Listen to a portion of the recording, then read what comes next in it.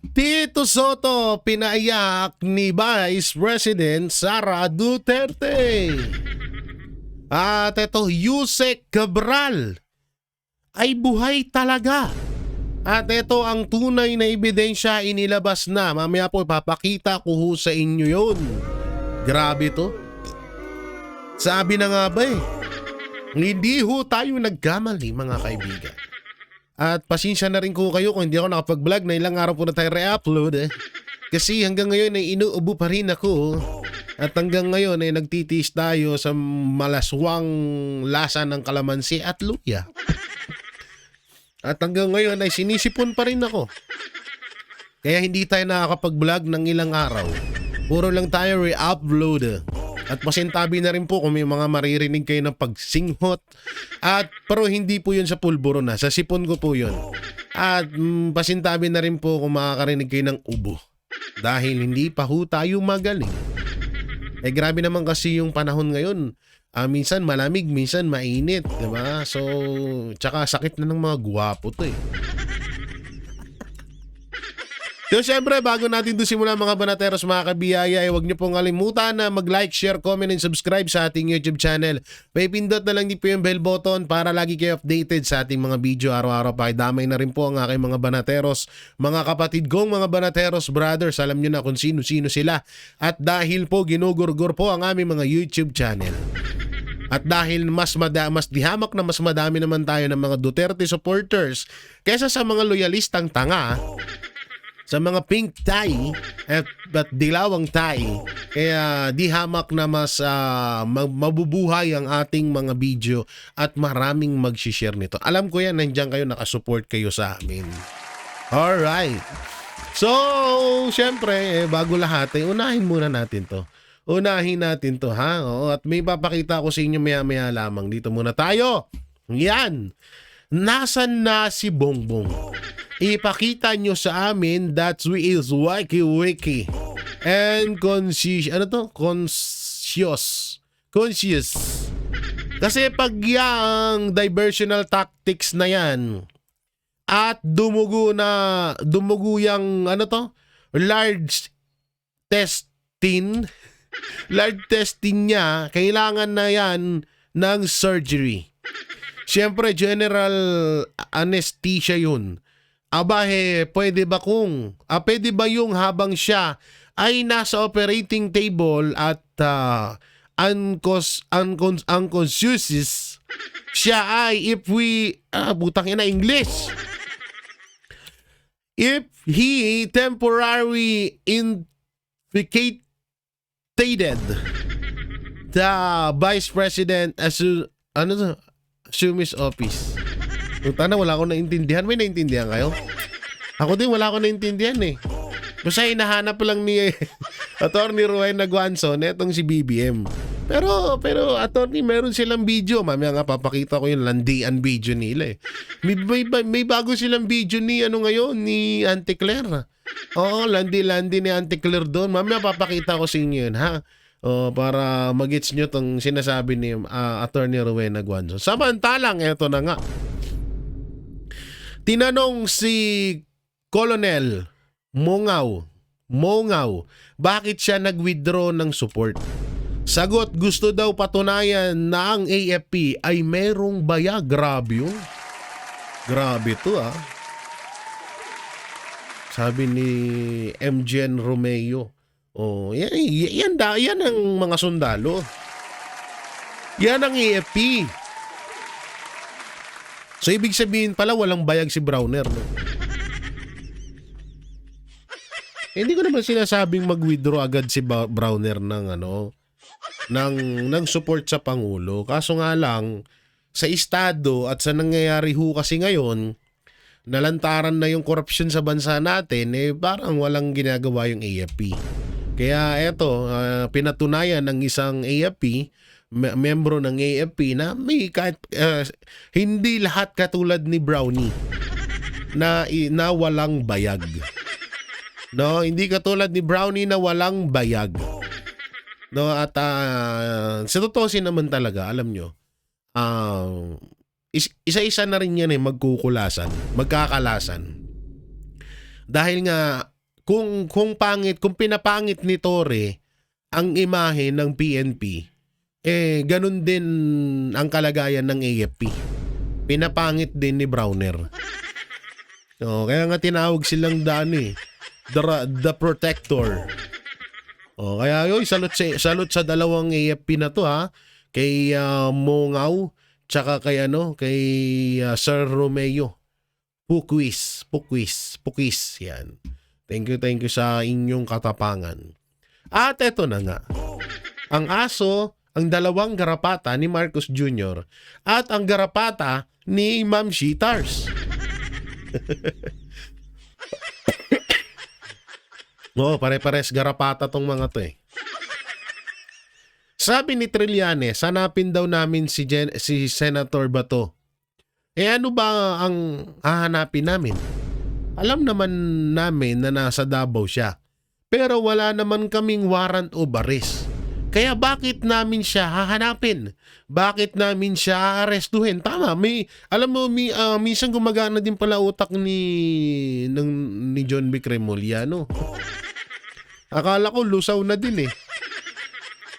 Akala ko, John Vic, mala Trillanes ka na din na lusaw yung utak eh. Akala ko si ganun eh. Buti kahit paano, nagpa-function pa yan, ha? Nagpa-palpitate pa rin pala yung utak mo, no? Palpitate yung puso. Sabi niya rito, kung gusto niya, mag-citizen arrest siya. Kung tingin niya may warrant. Sabi niya kasi may warrant eh. Di siya ang mag-aresto. Basag. Garapata ni Marcos, binarag ng garapata ni Lisa. Ang galing. Tana, na kayo, nagsusungayan na kayo dyan, ha? Nagbabanggaan na kayo, ha?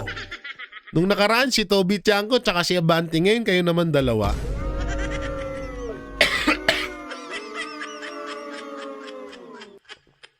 Makakatina naman yan ang lamunan ko, hayop. At ang katigasin ng mukha nito, eh. Kaka-germs yung lalamunan ko, eh. Putay na mo, Trillanes, magparitoke ka na nga. Ang sagwa ng mukha mo, eh. Hindi mo alam kung pinasan mo, nung umulan ba ng sama ng loob sa mundo, sinalo mo lahat. Ito yung tao na kapag nakasalubong mo, alam mo laging may problema. Di ba? Siya yung putay na, alimbawa magtropa kayo, pag nakasalubong mo si Trillanes, putay na may problema na naman to. Tangina, ano na naman to? Problemado na naman tong hype na to. Dalawa lang pupuntahan nito, hindi mangutang to, may fake news na naman to. Kasi laging nakagano, no? Laging nakabusangot yung muka. Hindi ganyan ng serious face, ha? Hindi rin ganyan ng professional face. Ano na yan eh? May saltik face na. Kahit ka, trailing, napagtitripan na naman tuloy kita ngayon. Yan, magsuntukan na lang kayo ni John Vic. Trillanes, kakasaka ba kayo dyan?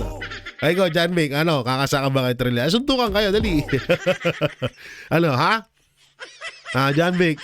Sige, magdedeklara kami ng mga banateros. Kami na magpapakalat ng na kung magsusuntukan kayo ni Trillanes. Game. Utang ina, duwag ka, John Vic. Trillanes, natatakot ka kay Remulla? Ay, wala ka pala eh. Pares pala kayo mga bading eh. Suntukan na lang kayo para maganda. Diba? Gusto nyo, dalawa kayo, isa ako. Basta, MMA ha? Ayoko ng boxing. Game mo? Ha? Ito na, kanin lamig versus Loverboy. Putang ina. Diba? Puta na, kanin lamig. Sundalong kanin lamig versus Loverboy. Gandang matchup nito, no? Tangina, pares garapata ng Marcos sa laban. Tanginang yun. Lupit nun. Ha? Abangan namin yan. Abangan nyo yan, guys, ha? Oo. Ang inong mukha yun, puta na pag nakasalubong mo to siya. Pag nakikita, sa TV nga lang no? Pag nakita mo si Trillanes, sira na araw mo. What if pa kapag nakakasama or nakikita mo to araw-araw tong hayop na to? Sira lalo ang araw mo. O ito pa isa. Trillanes, girl version. Ito rin, pag nakikita ko rin to, sirang-sira yung araw ko eh. O ito na sila Hontiveros, handa nang tumakbo. Tumakbong presidente.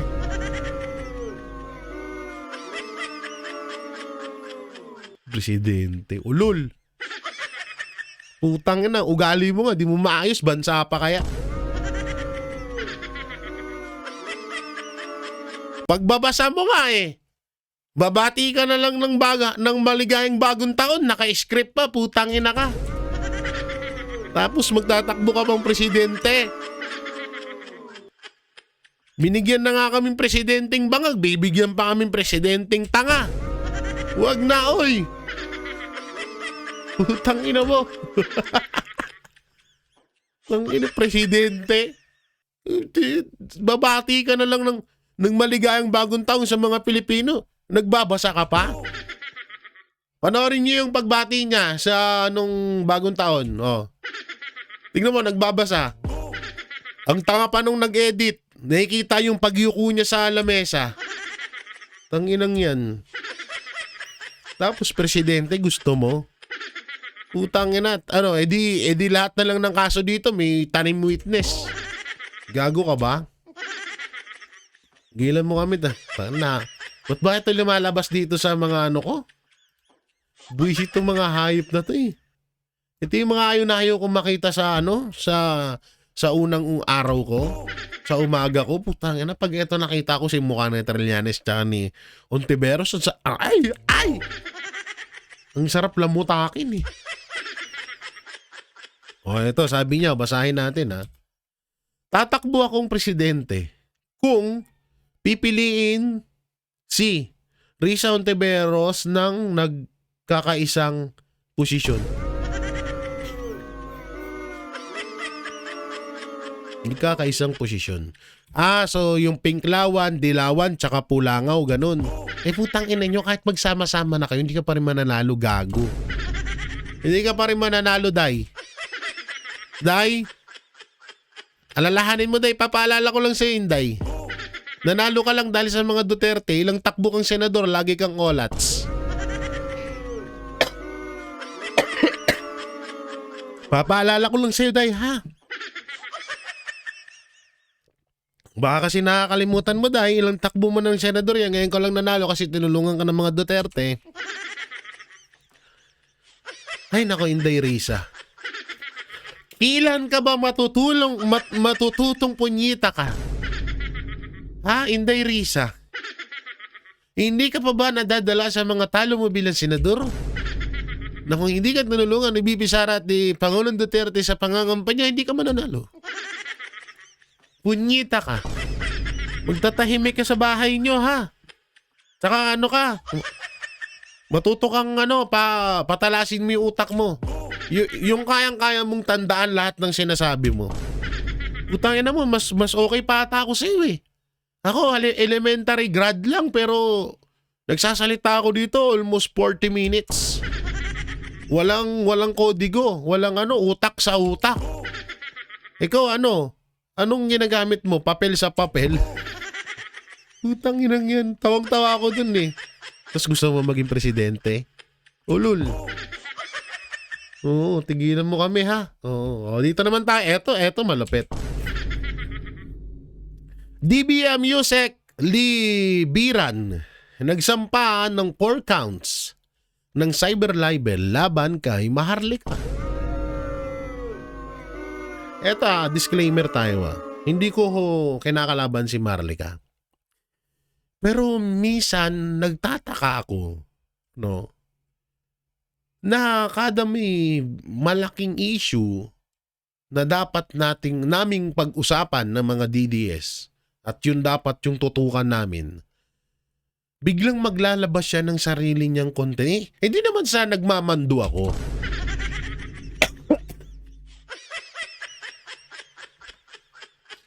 Hindi naman ho sa nagmamando ako, kumakati na naman lalamunan ko. Hindi naman ho sa nagmamando ako na gayahin niya yung content namin, hindi ho sa ganun. Pero nagtataka ako, parang ang nangyayari kasi, parang inililihis niya yung issue na dapat ay tinututukan. Kasi ang pagkakaalam ko dito, pinagbibintangan niya to, etong si Yusek, na kabit-kabit daw. Putay na wala na. Sa tutusin, sana sa hirap na nangyayari ngayon, sa daming nakawan na nangyayari ngayon, putang na wala tayong pakialam kung magmalapok-pok yan sila. Kahit sino pa maging kabit dyan, hala sige magasgasan ang mga utin ng mga yan. Wala tayong pakialam dyan. Wala tayong ano dyan, wala tayong tawag dito, wala tayong hindi iyan yung pinaka dapat pag-usapan natin. Kasi alam mo yun, yung tipong pag kay Romualdez biglang sisingit ng ay, eto tinumbungan si ganito. So okay yun, nga paano. Pero yung si kabit nito yan. Ay si ganito, pokpok yan. Ay si ganito, ganyan. Tapos yung mga, kasi 'di ba sabi ko nga, tayong mga viewers, tayong mga vlogger, especially to Duterte vloggers, mga vloggers na sumusuporta sa mga Duterte, sa hadikain ng mga Duterte, is dalhin natin dapat yung mga viewers natin sa tamang balita. Kung ano yung balita na dapat tutukan ng sambayan ng Pilipino, yun dapat ang ginagawa natin. Kaso kung tayo mismong mga vloggers, inililihis natin sila na gaito dito tayo sa pokpokan parang ang alam mo yun, parang di maganda. Dito, hindi ko rin kinakampihan to si Yusek. No? Ang mali niya lang dito ni Yusek, hindi niya lang maanuhan ng kaso si Marlica kasi nasa ibang bansa si Marlica. Yung nga lang, pag umuwi si Marlica, yun nga lang, medyo marami siyang kakarapin na kaso hindi natauwi yun. Yun yun lang napapansin ko kay Marlica na dapat hindi ganun. Pag may malaking balik, kasi alam naman natin nakilala si Marlica, di ba? Maraming supporters. So, yung mga nanonood sa kanya, dapat dinadala niya sa mismong main topic. Katulad niyan, yung kay Saldico, kay Romualdez, diba? Kaso kung puro chismisan, parang walang kwenta. Excuse me po. No? Para sa akin na, hindi ako galit kay Marlica, hindi ako galit no, wala akong wala akong pakialam kung at wala rin akong pakialam kung mga galit kayo sa akin. Ako yung nagsasabi lang lamang na pag mga usapang kabit-kabit, sige sabihin na, ikaw ba Jay, bakit yung kay Tito Soto? Kasi naman ako ka naman kasi galing ako sa showbiz. Galing ako sa showbiz at dati akong TVJ Dipindir. So parang nasa pangalan na ng Jay Guevara yung mga ganyang lalong-lalo na kapag sa Tito Vic and Joey or sa Itbulaga ang napag-uusapan. Pero yung kay Marlica kasi, siya, political vlogger kasi siya. Kaya medyo nakakahiwaga lang. Kasi bakit ba ako nahihiwaga? Kasi nga, katulad na lang yan, nung panahon na dapat ay tumutok tayo sa issue ni Tatay Digong sa Netherlands, di ba? Biglang nagpasiglam yung kaysa si Alpotera. Si Alpotera, namuro na yan ng mga ganun doon. Oo, inubos yung pera niya, ganon. Di ba? Natatandaan yun. No? Nag-away-away sila sa Netherlands. Si Alpotera, si ganito daw, hindi ko naman din kilala yun. So parang inililihis niya yung tao. Kasi nung panahon din dapat nakatutok tayo kay Pangulong Duterte. Kung paano natin supalpalin yung mga fake news laban kay Pangulong Duterte sa mga anti-Duterte, mga sinasabi nila mapatungkol kay Tatay Digong. Sa bagay, alam ko naman na si Marlica ay hindi naman talagang 100% na Duterte vlogger yan kasi minumura at binabastos niya nga dati si Tatay Digong, di ba? Nung nasa panig pa siya ng mga Marcos. Eh ngayon lang din naman yan kasi sa tutusin hindi naman talaga DDS yan si Marlic Ginamit niya lang tong platform or mga supporters ng mga Duterte para magkaroon din siya ng simpatya dahil dun sa ginawa sa kanya, di ba? So yun lamang, huwag kayong magalit ha. Huwag kayong magalit ha. Sige, kung gusto niyo mag-usapan ng pukpokan, kismisan go.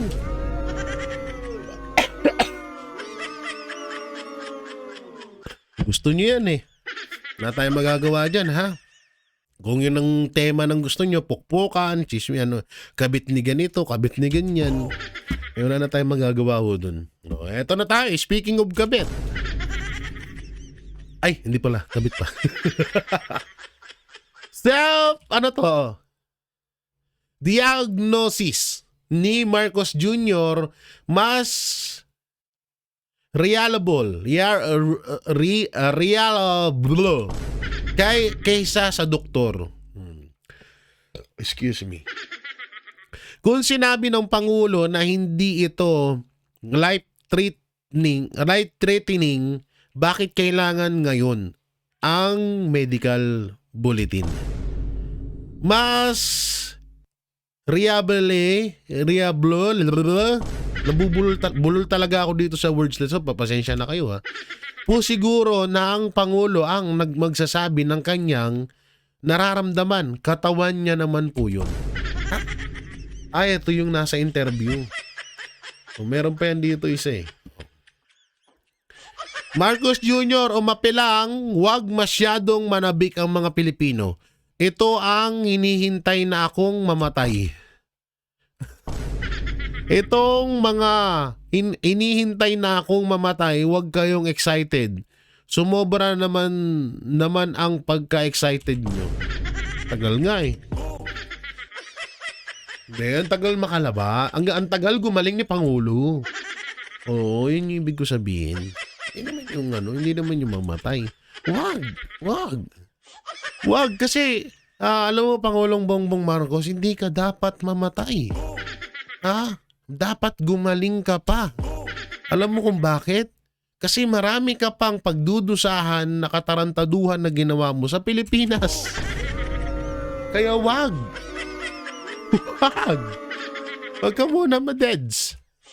Marami ka pang pagdudusahan na kasalanan na ginawa mo dito sa Pinas, ha? Wag, easy. Wag ka munang mamatay. Parang hindi kami pabor dyan. Dapat magtagal ka pa or mga ilang pa itagal mo dito sa Pilipinas. Mga 200 years. Yan. Mga 200 years. Tapos may sakit kang diabetic. Yung unting-unting pinuputol yung mga paa mo, daliri mo, mga kamay mo. Yun, tapos may may rayuma ka. Tapos may basta yung may rayuma ka, basta yung mga ganun, may gout ka. Yung tipong gusto mo na magpahinga pero hindi pa kasi wala ka pa sa 200 years.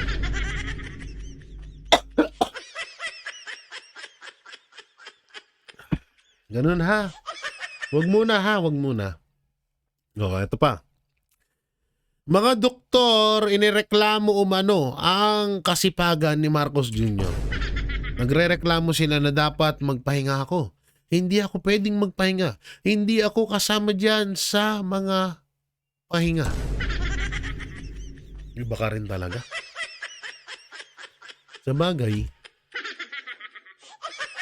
Okay. Yaman na kung gusto mo talaga mamatay, di go. Ito yan ito yung full video niyan, panoorin natin. As reliable po kasi pag doktor ang nagsalita, ma'am. Mas reliable po siguro mismo ang Pangulo nagsasabi kung ano po ang kanya nararamdaman. Pero hindi naman siya doktor, ma'am. So, Pero siya, katawan niya naman po yun. hi, ma'am. Follow up lang po sa health condition ni Pangulong Marcos. Yung kumalat po ay unknown source. Mayroon po akong source, doktor po ito, sa St. Luke's. So, siguro naman po ay credible ito. Although, hindi ko siya pwedeng pangalanan for the obvious reason. Pero hindi po ba mas makabubuti kung magbigay na lamang po ng medical bulletin ang mga doktor ng presidente para malaman po ng taong bayan yung tunay niyang kalagayan, since nag-aalala po ang lahat para sa kanyang kondisyon dahil siya po yung ating ama ng bayan. Kung doktor po yun ang St. Luke, siya po ba ang doktor ng Pangulo? Hindi po tayo maaaring magbigay ng anumang opinyon kung hindi naman manggagaling mismo sa doktor ng Pangulo at hindi manggagaling sa Pangulo. Sinabi po ng Pangulo, hindi po life-threatening, nakaramdam po siya ng konting sakit, at yan naman po ay tinutugunan ng kanyang mga doktor. At ngayon po ay nakikita natin sa iba-iba pang activities katulad po ng oath-taking sa harapan po mismo ni General Nagtates, makikita at naka-attend pa po siya ng EDC. Halos umabot po yata ito ng 2 oras. So, hindi po tayo makakatugon sa mga source na hindi nababanggit kung kanino galing. Yung medical bulletin from the doctors themselves po, hindi ba pwede mas makabubuti kung sila na mismo ang magbigay ng medical bulletin? Sa ating pagkakaalam po, pagka naglabas ng medical bulletin, dapat si serious illness. Kung sinabi ng Pangulo na hindi to life-threatening, so ba't kailanganin po sa ngayon ang medical treatment? Eh di sana hindi na siya nagpa-check up, mas magaling pa pala siya sa doktor eh. Diba? Dapat di na siya nagpa-check up, at pa siya nagpa-check up. Eh di hamak na mas magaling pa pala siya sa doktor eh. Katarantaduhan mo, Claire. Other medical bulletin. Samantalang kami naman Bobo po yarn. provide sa inyo kung anong ang kalagayan ng kalusugan ng Pangulo. Mas reliable po kasi pag doktor ang nagsalita, ma'am. Mas reliable po siguro mismo ang Pangulo nagsasabi kung ano po ang kanya nararamdaman. Tarantado. Bobo talaga. Tanga mo. Ang laki mong tanga, Claire. Ewan ko sa'yo. Ang laki mong tolongge. So, ito yung isa, oh. Ito na yung landian nila, guys. Yung Sir, landian. anong name ng dog? Uy! Ang gulo mo. ang pangalan nito si Oreo. Bakit Oreo, sir? Kasi nung tuta pa ito, bilog na bilog itong itim doon sa mata niya. So, nung nag-iisip yung mga anak ko kung ano yung gagawin pangalan, Parang ingal na ingal si Ante Claire, ah. Kaya Oreo ang naging pangalan. Ay, naku. Anyway, sir, nandito na ako. Gusto ko na rin po ang kamustahin. Kamusta na po kayo ngayon? Okay na. Ang giling ng mga doktor ko. Binigyan lang ako ng mga gamot. At saka patuloy pa rin yung aking antibiotics. Pero okay na ako. In fact, nakapag-EDC meeting na kami nung Lunes with most of the cabinet. So, I'm back in, pero medyo nagtatampo sa akin yung mga doktor ko. Kasi sinasabi nila, wag muna. Sabi ko, hindi ko naman pwede pag-antayin lahat ng mga nangyayari. So, tinuloy ko na lang. And tomorrow, I have some meetings in the office. And tuloy-tuloy na. Pero sir, nabanggit sa akin ni Sec Dave, meron daw kayo na paniginipan. No. Parang may namimiss yata kayong food. Dahil, ang pala rito, kailangan for a few days, hindi ko pwedeng kumain ng solid food para matanggalan ng Tayo na mo, Marcos. Pati yung panaginip, kinukuha mo na sa akin, ha? Ako lang ang nag-ano nun, ha? Naginip ka na rin? Hayop na to. Wala kang originality talaga. Pati yung mga panaginip ko, inaangkin mo na. stress yung bituka mo. So, puro sabaw lang ako. Kaya nanaginip ako yung isang gabi. Sabi ko sa doktor, pwede na ba ako kumain ng kung ano-ano? Kasi nanaginip ako, nakakain ako ng steak. Yun lang ang iniisip ko. Pero hindi pa pwede. Hindi pa, ngayon pwede na. Pwede ngayon na. Pwede na. Ayan. Oo. Good Sabi news niya, na yan. kumain na ako ng hamburger. Ay na. But anyway, sir, namimiss na kayo na ibang mga taga-media. Sabi nila, ba't hindi nakarating si Pangulo sa awards rights ng mga outstanding government workers? Oo nga. Hindi ako nakarating dahil meron pa akong gagawin. Pinapunta ako sa, nagkonsulta na nandito yung mga doktor. Nagkonsulta sila para tignan na talagang maayos. Kasi nga nagre-reklamo sila na dapat magpahinga ako. Sabi ko, hindi ako pwedeng magpahinga. Hindi ako kasama dyan sa mga pahinga. wag mo sana. Maraming salamat sa lahat ng tao na that have been concerned about my health at maraming nagpadala ng mga mensahe na gumaling ka na kaagad. Sabi ko, nagpapasalamat ako sa kanila. Thank you for your concern. But I said, I got the best medical We, meron ba talaga? the best possible medical Totoo ba yan? care that you can have. And that's why May nag-aalala pa ba sa'yo? Back in harness. Di nga! Tuloy-tuloy. Tomorrow, gusto ko nang batiin yung PNP natin. Aba. Dahil bukas PNP anniversary. The creation of the PNP, and I wanted to greet them all. In fact, I made a video of that earlier today. Oo. Sir, mapapagalitan nga po kayo ng doktor nyo kasi ang balita, yung EDC meeting, umabot yata ng halos 2 oras. Mga ganon, about 2 hours, a little more than 2 hours.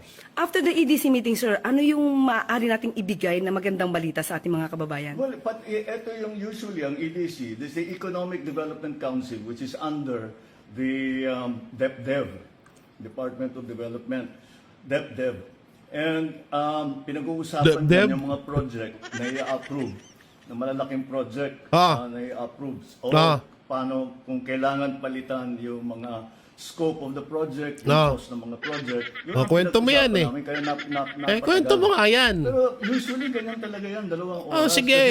Kasi hindi pwedeng madaliin yan eh.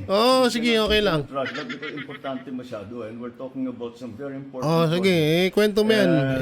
Wala naman naniniwala sa'yo eh. Paano pabayaran, saan na natin gagawin, etc. Galing. Sige, okay. And that's what we did. That's what we did last Okay.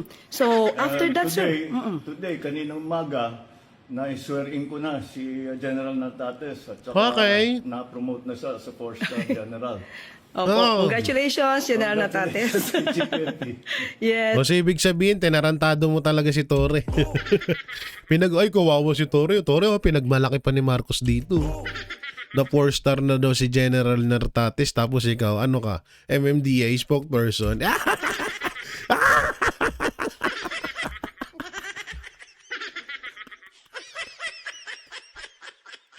Tungina, ano yung special mention? 4-star General Nartates, tapos si Torre, MMDA. Kawawang nila lang. Sir, after ng 2 hours, wala ba kayong naramdaman na masakit sa inyo? Ay, wala naman. Dahil wala na. Ipuin mo yung itlog, Antiklar, baka nilalagnat. Wala na naman akong nararamdaman eh. Kaya naman pumayag na ako nang gumawa ng meeting. Dahil wala kaya ko na naman eh. In fact, nung sinasabi magpahinga ka, medyo na-bored ako nung weekend. Sinasabi ko, no, I have to do something. Sabi ko, so binasa ko na lang lahat ng brief ko. So, Ayun. medyo up to date na ngayon ako. Ayun na, sir. Wala talagang pahinga kahit na merong nararamdaman. Dapat nga magpapahinga ako, pero hindi pwede. Importante. Yun na. Maraming Ito, ginagawa eh. Yon. Sir, Nagdrama nabalitaan na. niyo na po ba itong si Kong Sandro nag-inhibit sa usapin tungkol sa impeachment? Ano po, nag-usap na po ba kayo? Hindi. Ang katotohanan, hindi nabalitaan ko sa news din. Hindi niya sinasabi sa akin. Okay. Kwento mo yan eh. Pero tama yung ginagawa niya. That's very proper. Dahil I'm his father. And siyempre meron siyang bias for me. Kahit pilitin mo na walang bias, meron talaga siya. Sana naman magkabias siya, no? Dahil anak mo siya. But, Pero hindi, sir eh. Hindi eh. Hindi, pero tama yan. He should recuse himself. He should Ganda ng recuse movie na to, himself Gray. from the process. Ang ganda ng trailer. So that the process can be seen to be fair and proper. Diba? Ayan. Oo. Pero sir, ano ngayon ang masasabi niyo sa ating mga kababayan na nag-aalala? Butang na, sa inyong nag-lock yung panga. kalusugan? Guys, ayan ha. Kaya natin. Nag-lock yung panga, guys. Tingnan nyo ha. Can be seen Tingnan nyo yung panga pag hinto magsasalita. Nagkasa eh. Naggano, no? Ayan ha. Tingnan nyo. to be fair and Yan. proper. Ayan. Oo. Pero sir, ano ngayon ang masasabi niyo sa ating mga kababayan na nag-aalala? You know, putang na, nilak ba? Gano niyo? Kumambyo eh. Putang na, lupit. Sa inyong kalusugan? Ngayon. At yan lang yung mga yung sinasabi ko noon, yung sinabi ko sa inyo last week. Ito yung mga inaantay na ako mamatay. Huwag kayong excited. Nasumobra na naman ang pagka-excited niyo. Andito pa ako. Okay. So ang title ng movie na to ay Hindi Pa Ako Mamamatay. Sino director nito? By Claire Castro. Ang galing, cameraman ka na, director ka pa. baka ikaw pa yung writer nito, ha? I'm running the government. We're doing everything that needs to be done. Walang patid ang trabaho ng gobyerno. Pero sir, marami pong Galing. suporta na nagmumula sa talaga sa ibang mga kababayan natin na pinagdarasal po ang maganda niyong kalusugan, ang maayos na kalusugan. Maraming salamat. Kaya nga Tuwa nagpapasalamat ba? ako sa kanila dahil nung Di nga lang, nabalitaan inuuto lang niya siya ni Auntie Claire. na meron akong diverticulitis. Ang daming nagsabi, ay, meron din ako niyan. Yung kapatid ko, ganyan. Yung kaibigan ko, ganyan. Oo. Ay, papasalamat Ako meron sa din ako kanilang niyan eh. lahat. Dahil, Tsaka ikaw talagang matagal ka nang meron yan. Ang hilig mo sa diversional tactic eh.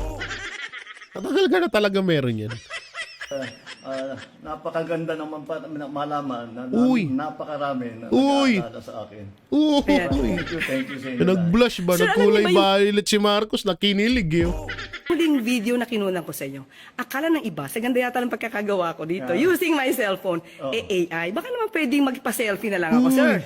Kaya ba, sir? Ayan na, ayan na. Uy, Ayan ito. ako. Ayan na. Kikiligin na si kikiligin na si Auntie Claire. Hello po, tutulong. para... Hindi to AI. Hindi to Wow, AI. namayo talaga ako. Oh, ako, sir, hindi. Kasi galing ako Ikaw sa... hindi. Sana ginanon lang siya ni Mar. Ang landi mo, girl. Pag nakita to ni Manong Chavit, magagalit sa'yo yun. Sasabihin ni Manong Chavit, ang landi mo, girl. Tingnan yan. Tingnan yung pagkakatulak. Ayan. Ayan ako, hello po, para... Right. Tapos hawakan siya sa likod. Hindi to AI. Hindi Wow, po AI. namayo talaga ako. Oh, ako, sir, hindi. Kasi galing ako Ikaw sa... hindi. Ang sagwa ang puta. Imbis na kiligin ka eh, no? Ang nakakaduwal eh. Trying hard ng hayop mga Joe. Gusto nila magpatawa sa atin kaso hindi bagay eh. Tapos yung isa tinapigla. Tangina mo, Claire. Hayop ka. Tangina tong hype na to. Kala mo, tangina, kinilig ba? Tangina, inano lang siya eh. Binasbasan ka lang ng pulburon eh. Ayan ako, hello po, para... Hindi to AI. Hindi to Wow, AI. namayo talaga ako. Oh, ako, sir, hindi. Kasi galing ako Ikaw sa... hindi. Namayo ako dahil nga puro sabaw for Ang 3 pangit days. to, ang For 3 pangit days. ng ano po. Pero saka, sir, Kaya na nga, naginip na nga ako ng steak. perfect. Pero sir, galing kasi kami sa Pasig River Esplanade. Oo. Kaya sabi ko, naku, pupunta ako kay Pangulo, amoy yata ako barbecue. Saka mga fishballs, ang dami po. Ang dami po nating kababayan na namasyan ngayon. Kasi Maganda. kahapon yung ribbon cutting Ribbon ni cutting. FL. Oo, oo, So, ayan oo. po. So, hindi po to Yan AI. yung talagang tinututukan niya. Akalain mo yun, no? Si Chakadal, tsaka yung asawa niya nagbablog na ngayon.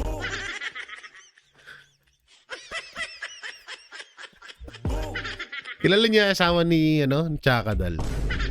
Ni Chakidal. Oo. Kaso nga lang, siya yung babae, tapos yung lalaki isa. Ay, nako. Ewan ko sa inyo. Samantalang, inubo na naman tuloy ako, buwisit na yan. O, dito tayo. Oo, ang pag-iyak ni Tito Soto. Bakit ba umiyak si Tito Soto? O, eto yun. Palitan na natin ng konstitusyon. Baguhin na natin. Or maghihintay tayo dekada. Bakit kailangan ma-retire na muna tong mga Supreme Court Justice na to para magbago kaisipan kasi unanimous, wala man lang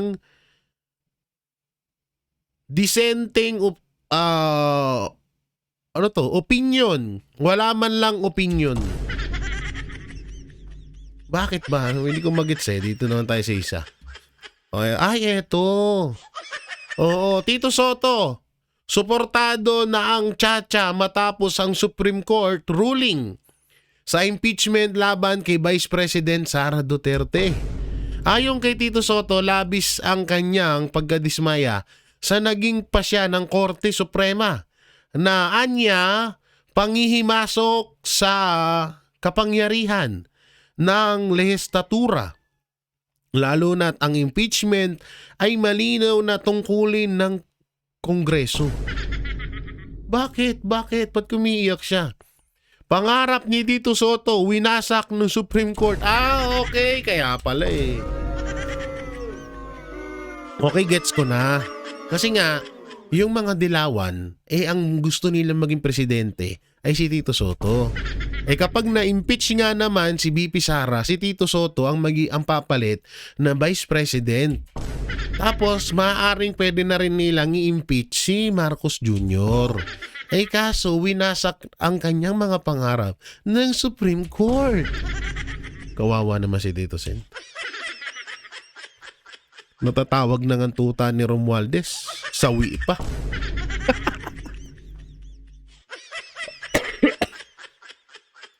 Ang impeachment ngayon ay isa na ang imposibleng pangarap. Tito Soto, yung pagiging Senate President mo nga, medyo diskumpiyado pa nga yung mga Pilipino dyan. Tapos, mas gusto mo pang mas paniwalaan ka kaysa sa Supreme Court. Sino ka ba? Ang inang yan, hindi porket senador ka, alam mo na lahat. Supreme Court yan kataas-taas ang hukuman yan. Bakit kataas-taasan ka ba?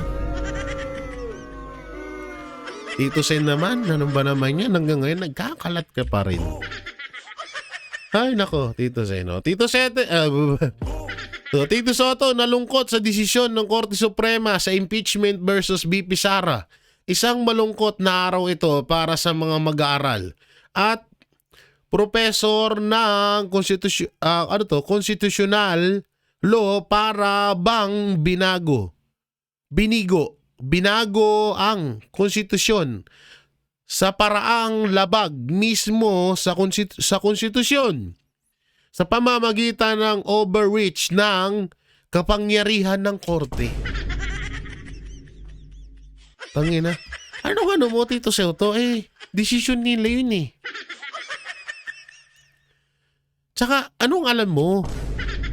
At anong pinakabasihan mo na parang palabasin mo at ipamukha mo sa amin na karapat dapat kang paniwalaan kaysa sa kataas-taasang hukuman?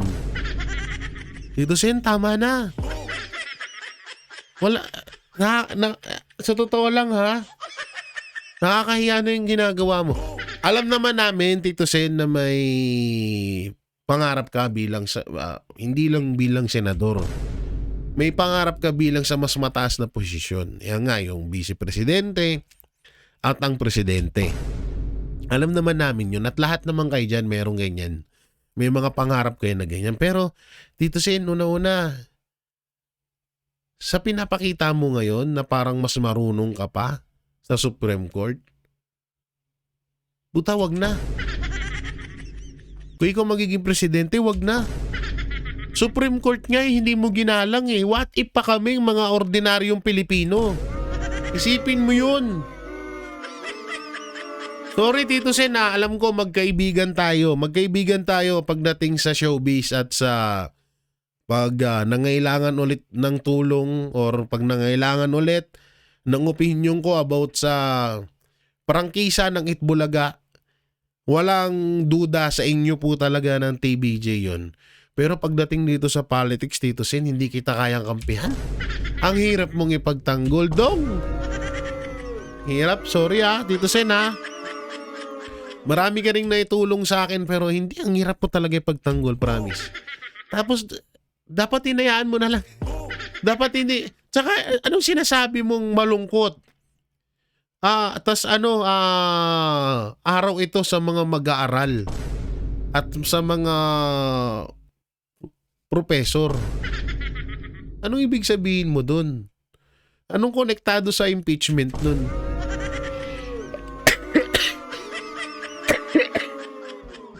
Ay nako, Tito Sen, ewan ko sa'yo. Sayang ka. Sayang si Tito Soto. Ay, ako, sipon. Eto na nga, oh. Eto na nga yun. Supreme Court pinagtibay ang desisyong labag sa konstitusyon, ang impeachment versus BP Sara Duterte. Tinanggihan ng kataas-taasang hukuman ang motion for reconsideration ng Kamara na humihiling na baliktarin ang desisyon. Inilabas noong Hulyo 25, 2025 kung saan ideklararang labag sa konstitusyon ang Article of Impeachment laban kay Vice President Sara Duterte. Isang palakpakan po para sa ating kataas-taasang hukuman. Ganda nito, galing. Akala namin akala namin pati kayo kontrolado na ni Marcos eh. Excuse me. Pero dahil dito, pinatunayan nyo na kayo ay nasa gitnaan pa rin. So maraming salamat. Napakaganda ho nun. Napaka-goods po nitong desisyon nyo na ito. At maraming Pilipino ang matutuwa. Tsaka ito, speaking of paano mo masasabi, Tito Sen, na nilabag ng Supreme Court ang konstitusyon, sila nga ang nagpatupad ng konstitusyon. Kaya ayon sa kataas-taasang batas ayon sa kataas-taasang batas, labag sa konstitusyon ang article of impeachment ni BP Sara.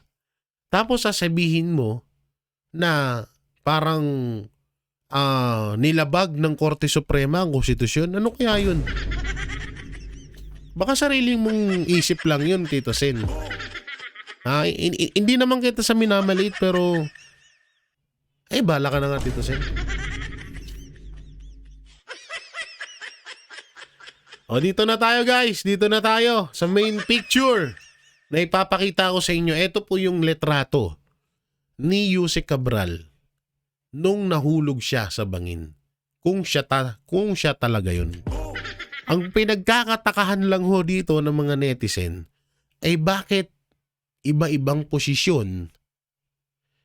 ibang posisyon ang nasa litrato.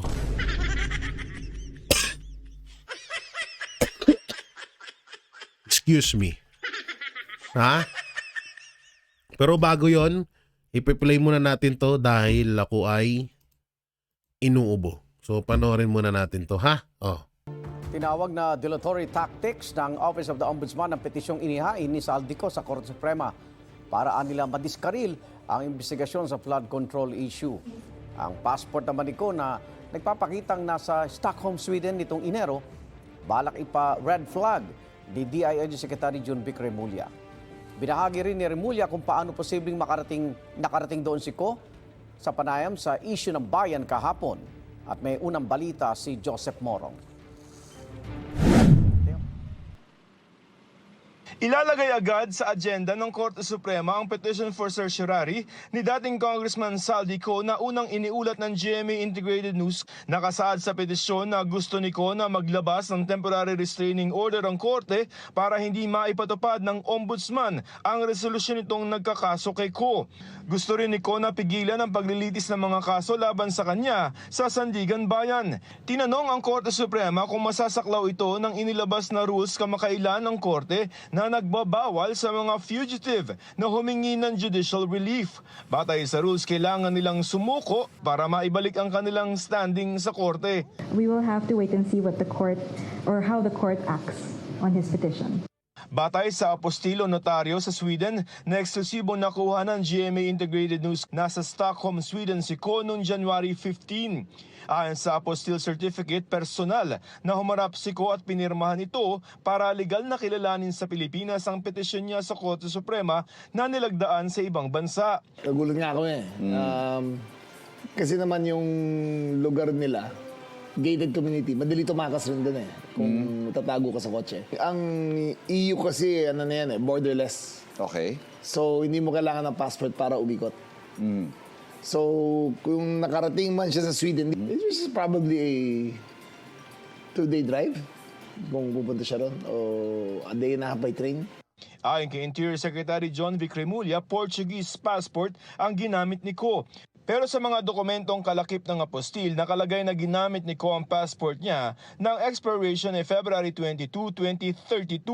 Kapareho ng expiration date sa kanyang Philippine passport na kanselado na noong December 2025. Tinatanong pa namin si Remulla tungkol dito. Kinumpirma ng abogado ni Ko na si Attorney Rui Rondain na naghain sila ng petisyon sa Korte Suprema pero hindi pa ito tumutugon sa tanong kung nasaan ba si Ko. But which particular country, we don't know. Right now, we don't know. He should be back in Portugal already. Okay. Kasi ang may bahay lang siya sa Champs-Élysées sa France. Okay. Kung nakapunta ka na ba doon? Isang side doon, meron siyang 5-story, 20-room building. Meron siya sa Sotogrande, Spain. Meron siya sa south of France. Tapos meron siya sa Portugal.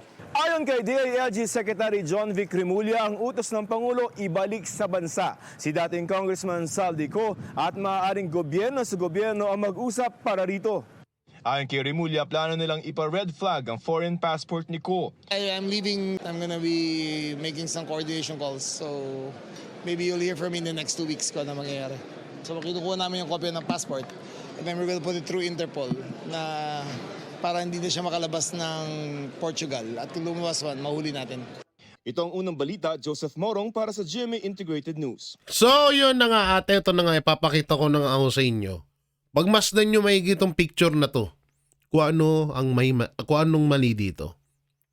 So, ayan po. So, yung nasa taas po na litrato, ayan yung pagkakasabi na unang picture nung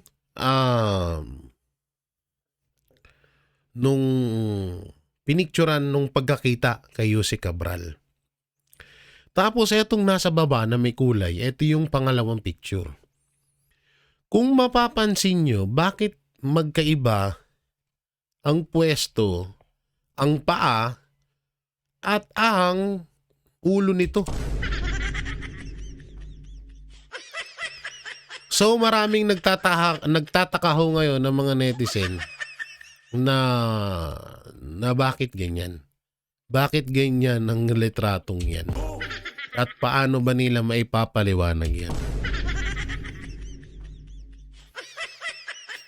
Kasi yung bato, iba din. Kahit sabihin na natin na inedit tong bato na to, itong mga bato, kahit sabihin na natin inedit, ibang-iba pa rin dito sa unang litrato. So, paano nag-iba? Ano yung gumalaw? Eh, ang pagkakasabi, patay na agad daw. Patay na agad sa taas nun. Anong ibig sabihin nun? Na gumalaw si Cabral pagka-picture nung una, tapos dito gumalaw siya ulit. Ganun ba? So, kayo ang magdesisyon at magbigay ng opinion dyan, mga banateros, mga kabiyaya. At dito na lang, hanggang dito na lang yung video natin. Ano pong may kukomento nyo sa mga napag-usapan natin, i-comment nyo lang po dyan sa baba at ating babasahin yan. At syempre, don't forget to like, share, comment, and subscribe sa ating YouTube channel.